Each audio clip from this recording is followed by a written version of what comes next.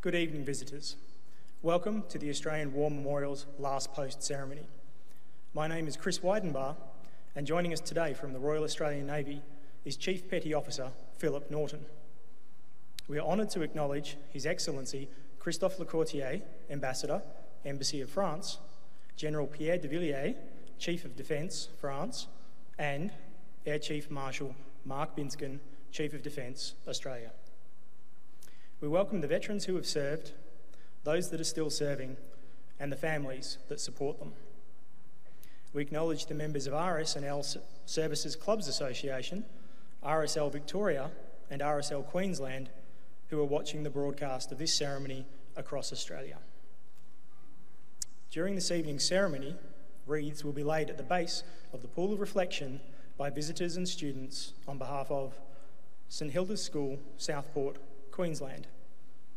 Please stand and join in singing the National Anthem.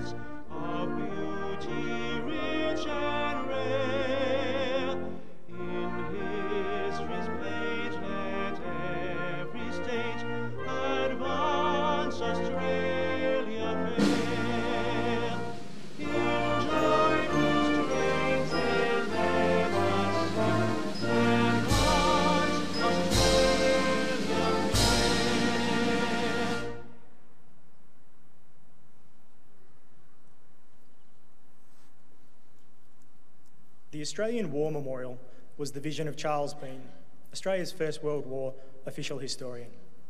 Bean landed with the Australian troops on Gallipoli and stayed with them at the front throughout the end of the war. The idea of this national memorial and museum came to him at Pozières, France, in the depths of the bloody fighting of 1916.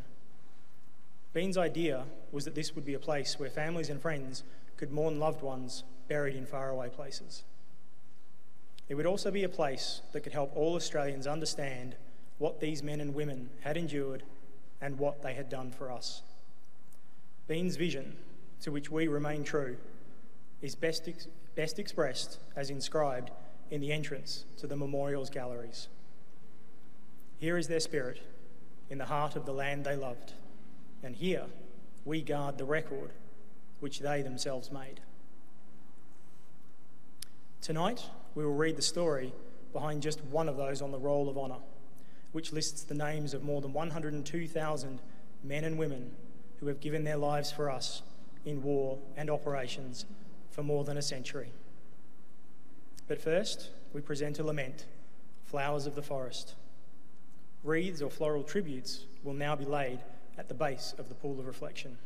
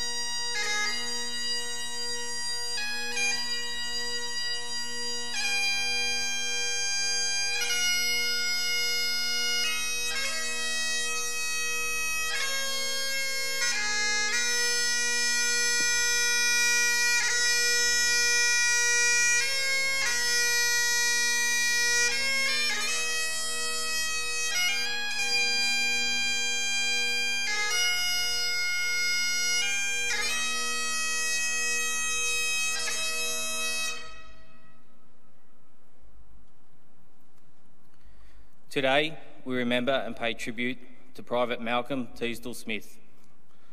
Popularly known as Mickey, Malcolm Teasdale Smith was born in Tasmania on the 31st of May 1890, the second son of Henry Teasdale Smith and his wife Lydia.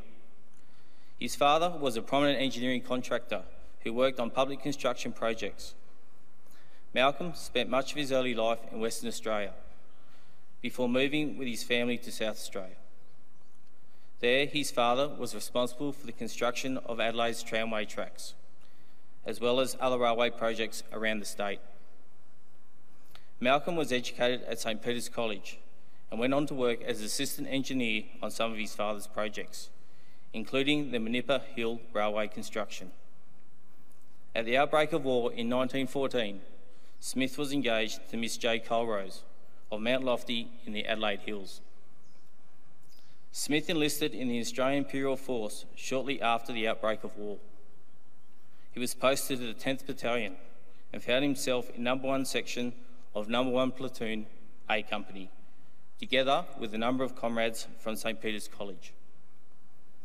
They began training in Australia before leaving for service overseas on the 20th of October aboard the troopship Ascanius.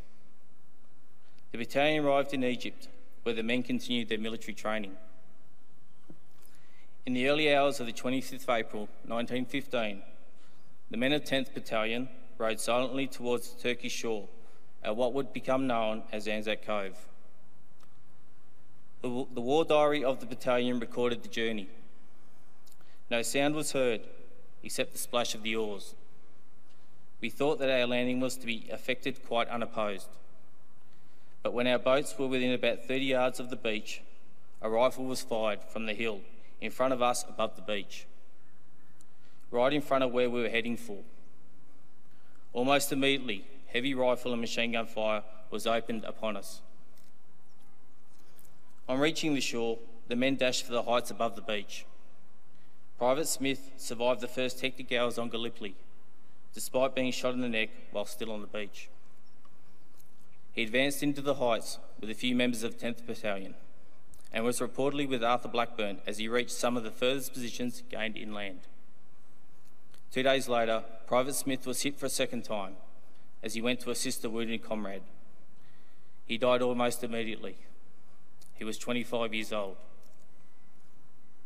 Malcolm Smith's body was recovered from the front line, and today he lies in Shrapnel Valley Cemetery.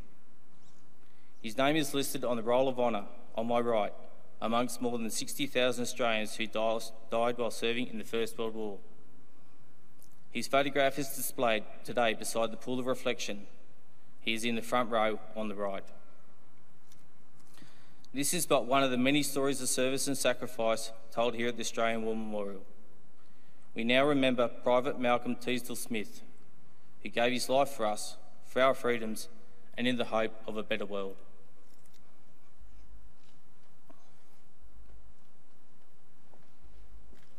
Please stand for the reading of the Ode and the sounding of the last post.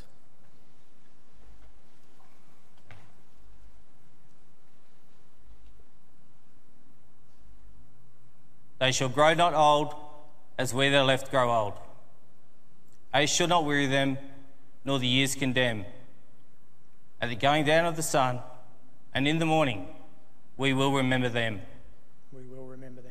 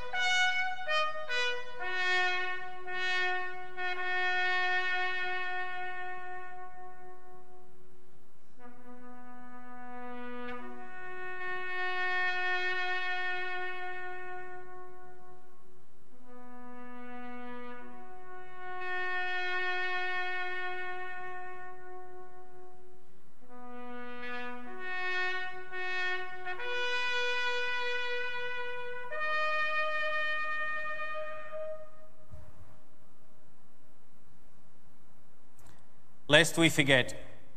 Lest we forget.